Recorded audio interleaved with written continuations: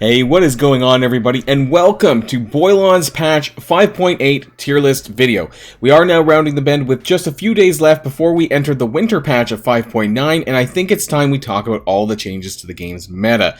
And, the characters that I believe are the best that you should be considering to invest in as we move forward. There has been a lot of changes, surprisingly, this time around, and we're going to be going over these one by one. Now, I also want to be upfront that this is largely a list in reference to endgame. So this is largely going to cover things like Arena, Doom Raids, and to some extent Dark Dimension. There will be a lot of characters missing that you may use for war or campaigns, but these represent what I believe are to be the best investable characters for this moment in time.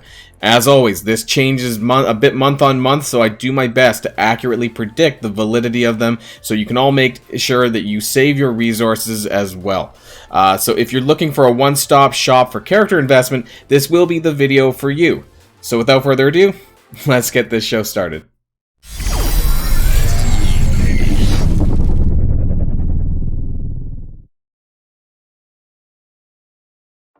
Okay, so I just want to bring this up really quickly. This is the patch 5.7 list that I had from last month. Now, if you want to freeze frame this or pause the video and check this out, you can, but we're going to be heading on over to the patch 5.8 list, and you're going to see quite a bit of changes, and I'm going to go over exactly what has been changed in case you guys don't see it. So I'm going to bring up the patch 5.8 list. And now this looks a fair bit different. It's also semi-weighted to the left side if you didn't notice, but we're going to talk about all of the people who fell off the list first on this patch. So you can probably see that the symbiotes have all been slashed with the exception of symbiote Spiderman. Now, why is this? Well, it's fairly obvious, but we know that web warriors are coming in this next patch, and that kind of puts the symbiotes into question. So for those veterans of us, who already have symbiotes, you're probably going to continue using them. If you're getting through Doom Raid 2 especially, and I guess Doom Raid 1, then there's not a whole lot of reason to immediately build the web warriors. But for the people who haven't quite done so, I would recommend and encourage you all to probably pivot to web warriors now if you haven't built these characters up to gear tier 14 plus, depending on what commander level you are and so on. It's probably time to switch at this point. And so again, we're going to talk more about OG Spider-Man and Miles, which are over here. That's basically preempting that. So why has symbiote Spider-Man stayed on the list? Well, he is the de facto leader of the symbiotes. He actually has a pretty good kit. His passive is also, it works on all Spider-Verse or Hero Spider-Verse characters, so this includes the Web Warrior characters. So I think he's going to be a very good fill-in, at least until the full team has been well-rounded, which could take about 2 months' time. And, his passive also works in Dark Dimension. So the Web Warriors team is designed as a raid team, not necessarily for Dark Dimension. Now, they are probably usable in Dark Dimension, but Symbiote Spider-Man's passive in particular, does work for Hero Spider-Verse characters in Dark Dimension. So it's possible that you still, even with Dark Dimension 5 City, it's possible that you still might want to or be able to use Symbiote Spider-Man because of his wide-ranging kit. He also increases Hero Spider-Verse characters, their max health as well, so that will also extend to Web Warrior. So I do want to give a nice nod to Symbiote Spider-Man. The rest of them, though, the symbiotes, Venom and Carnage, very outdated kits. They are also villain, and Anti-Venom is the only other Hero Spider-Verse character, but frankly, you're not going to be using any of them without Symbiote Spider-Man, and I think that Symbiote Spider-Man is the only one that deserves to stay on this list, and again, is still with caution. So for those who are unfamiliar with this tier list, proceed with caution is still good and still usable, but it's not the best use of your resources if you're starting from scratch. So just to be clear about that one. Now,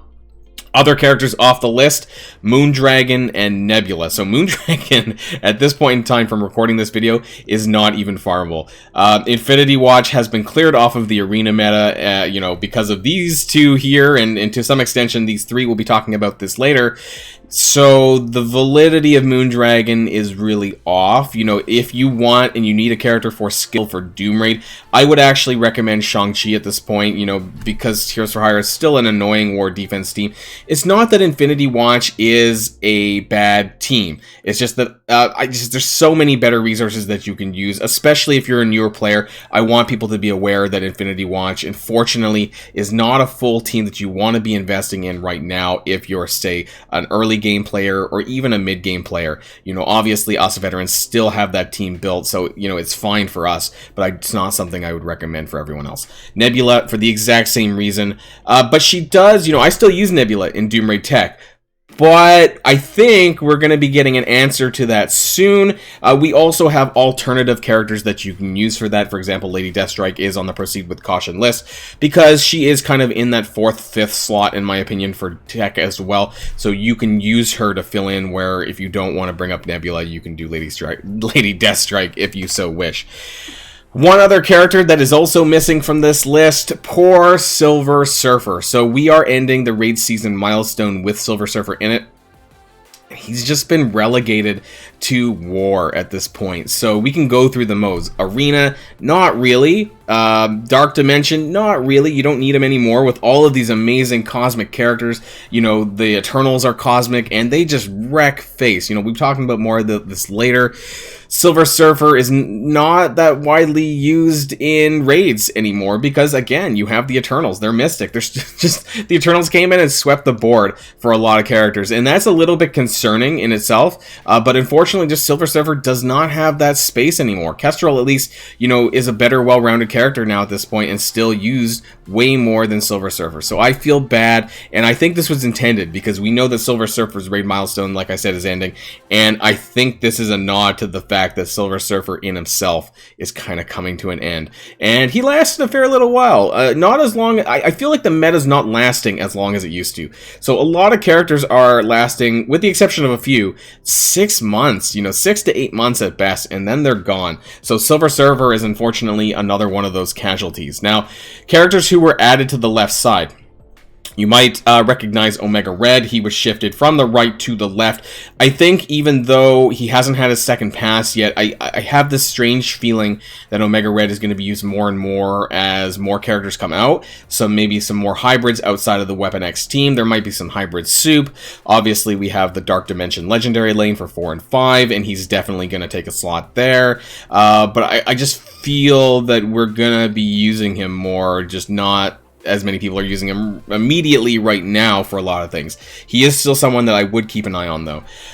I do want to give a special mention, and I think I'm going to give a separate video at some point about Adam Warlock. I think this is a really sad state of affairs where Adam Warlock is at. You know, he had his second pass, and like now Infinity Watch is just crumbling as far as the meta goes, you know, because we have the Eternals, and poor Adam Warlock just doesn't really fit in a lot of places. Obviously, because of his legendary status, you're still probably going to want to choose him for now, you know, for the Dark Dimension Legendary lane, but that's really about it. No longer, as a standalone character, you know, you're not really using him in Arena standalone, you know, and I guess you can use him in War with the Infinity Watch team. But again, you know, it's sad that some of these characters are being relegated to War, and they don't have a ton of use anymore in other game modes where they were before. Same thing for raids, you know. Adam Warlock and Silver Surfer basically suffered the same casualties at the exact same time when the Eternals came in, because the majority of people are just using New Warriors and Eternals. Now, if you aren't rich enough to have geared up all 5 of these characters, I guess you can still use Adam Warlock and Surfer, but really, at the end of the day, you're probably going to want to raise those 5. So, now let's talk about OG Spider-Man and Miles. Now, again, like I said, this is preempting the Web Warriors, which are coming around the bend in patch 5.9. You can start preparing some of them now. I believe that OG Spider-Man may be more deserving of gear than Miles based on what I have seen on the rework stats and the kit, but I think that they will both play a role, and while Miles to me kind of feels like the Kitty Pryde of Astonishing XMen in the sense that, you know, I don't know how great he's going to be, but you're undoubtedly going to want to have him or, you know, include him on the team, so that's why he's on this list. I also want to say that both of them are very player-friendly to obtain through the Blitz store, which is really great, and I think this will be a very strong beginner team, but also be a very good team for endgame as well, and cover areas of, you know, the Spider-Verse tag, the City tag, and you know, heroes and all this. So there's multiple aspects of the game that are going to be covered by this Web Warriors team, and I think that's very encouraging. So now we're going to talk about some of the characters who still remain on the list. Now, a lot of this probably doesn't need to be said too much. Obviously, a lot of this is in reference to the current state of Doom Raid. So, Secret Avengers, no-brainer. These are the main 3 characters that you're going to want to build around with the skill lane for Doom Raid. Also, very, very strong characters for Global Dark Dimension 3. I'm actually using the 3 of them for my baby account for Dark Dimension 3 Global, and I'm doing very, very well. Those 3 plus Ghost, who doesn't make the list because she kind of is a one-game mode wonder. I don't know how many people are going to be taking her necessarily into Dark Dimension 5, which is a long time away for most of us. So I'm not going to comment on that. But yes, Secret Avengers are still very, very well used in a lot of places. So Greek raids, Doom raids, Dark Dimension, Alliance War, they tick a lot of those boxes. Doctor Doom for obvious reasons, but Doctor Doom is no longer a character that I'm using in Doom Raid Mystic anymore. So I'm still using him in Tech because Tech really is hurting right now for Doom Raid. So this is one of your best options for Doom Raid Tech once you get through Dark Dimension 4. And we'll see how long that remains, but I suspect his kit is really good. So I suspect that he's probably going to stay on the list for Doom Raid Tech anyways for some time, but he's been kicked off as far as Doom Raid Mystic goes. Kestrel, same thing. She's kind of part of that part and parcel with skill for for Secret Avengers alongside them. She's also usable in that tech lane. Again, a really horrible lane, so I don't see Kestrel being removed off of this list for a while. The Astonishing XMen as a whole. Now, I want to give a special nod to this, but also talk about this because I think they're going to be the next symbiotes. I think that by next patch, I will have moved them to the right-hand side in Proceed with Caution. Beast has actually been out for about a year and a half now at this point, and the rest of the Astonishing X-Men are coming up on 1 year in like January, February time. So I have a feeling that their long-term use is probably less than 6 months now at this point. Now, I don't know anything. There's nothing special that I know that other people may not know, but I just want to say that I think that based on how long characters have been relevant, not relative. I think that there's probably less than 6 months left on these characters. So keep that in mind. As of now, they're really the only option for Doom Raid Mutant. They are the best option, but I just wanted to point out that, depending on how far back you are as a player, if you're like level 70 right now, level 65, by the time you get up to Doom Raid kind of level, these characters may not be characters you want to invest in. But we'll talk about that in the next iteration where I think for sure they're going to be added to this right-hand side. Now, this brings us to New Warriors, without a doubt. Same as Secret Avengers, but they're even newer than Secret Avengers, that they just wreck face. Very good team. Deathpool, Cloak and Dagger, incredibly strong characters. As far as Doom Raid Mystic goes, you want to use them typically alongside Cersei and Icarus. They just make a devastating combination. It is absolute insanity. You can run Doom Raid Mystic entirely on auto with these characters. That's how powerful these characters are in the Mystic lane. Now, as far as wider usability, very strong characters in Alliance War for what it's worth. I know this isn't an Alliance War list. Not so much. You're not really using them much in Arena, even probably with the Eternals. Some people do, but now we're kind of like in this weird speed meta. I've done a video on this, the speed meta with Loki, Cable, and Emma Frost. For some lower accounts, like my baby account, that's basically what Arena has devolved into now. Not necessarily for the veteran accounts, though. I do also want to say the Cloak and Dagger are usable as city characters for Dark Dimension. So I think that we're going to be moving into this interesting meta for city that you might want to use like Cloak and Dagger, and then because they're Mystic Origin gear, but then fill in the spots with maybe some Web Warriors, maybe Symbiote Spider-Man, maybe Shang-Chi, something like this to fill in the gap for things like Dark Dimension 3 and Dark Dimension 4 City. Again, not really going to comment on Dark Dimension 5 at this point because for me, that's going to be quite down the line. I don't even have one character at Gear Tier 16, so that's going to be a long time for me. But Cloak and Dagger, very, very solid characters, really great kits. So yeah, they deserve to be on this spot. It's a no-brainer. Now, I want to give a special mention to the dollar signs. You probably saw this here. This is a new addition, just because I'm kind of poking fun a little bit. Obviously, we know that most of 99.5% of us are nowhere near close enough for Dormammu. He is really crazy. He has a really huge kit. I actually don't have a lot of experience with him for obvious reasons, but he's there anyways because he's going to cost you like $500,000 if you want to unlock him. But hey, if you want to start that, then start buying those offers for teal gear, and maybe one day you'll get him well before I do. Cersei and Icarus deserve a special mention because boy, oh boy, this patch has been nothing but Cersei and Icarus blowing the shit out of everything. So they flipped the arena meta upside down. They're able to kill they're able to kill Infinity Watch, and they just blow everything up. You've probably seen, the videos that I've made since Icarus has come out. I made Eternals video after Eternals video after video because they are so insane that they just do so much in every single game mode. They are game breaking. I think Icarus, obviously, you have to use the two of them together, because most of Icarus's kit doesn't activate until you have Cersei and them together. But it's just so absolutely game-breaking, I can't even imagine if they bring out more of these Eternals characters. So, not only are they arena meta, but they're raid meta for Doom Raid Mystic. They're, I guess, unfortunately, you can't run them in Gamma, which is going on right now. But otherwise, you can still run them in Alpha and Beta.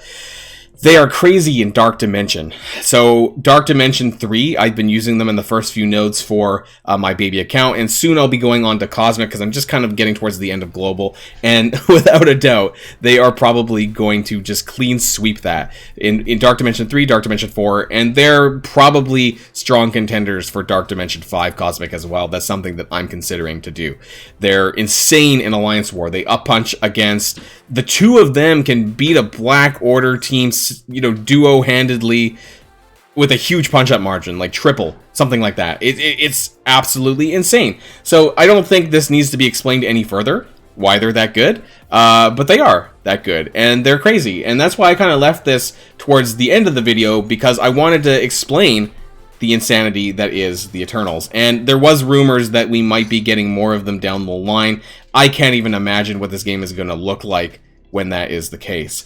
So there is a lot of people in this left-hand column, not as many anymore. If we just to go back to the previous list, I think I've mentioned everyone here. I kind of, talked about the symbiotes really quickly, and I just, at this point in time, I don't think there is anyone else that really deserves to be on this list, because we're kind of slimming down.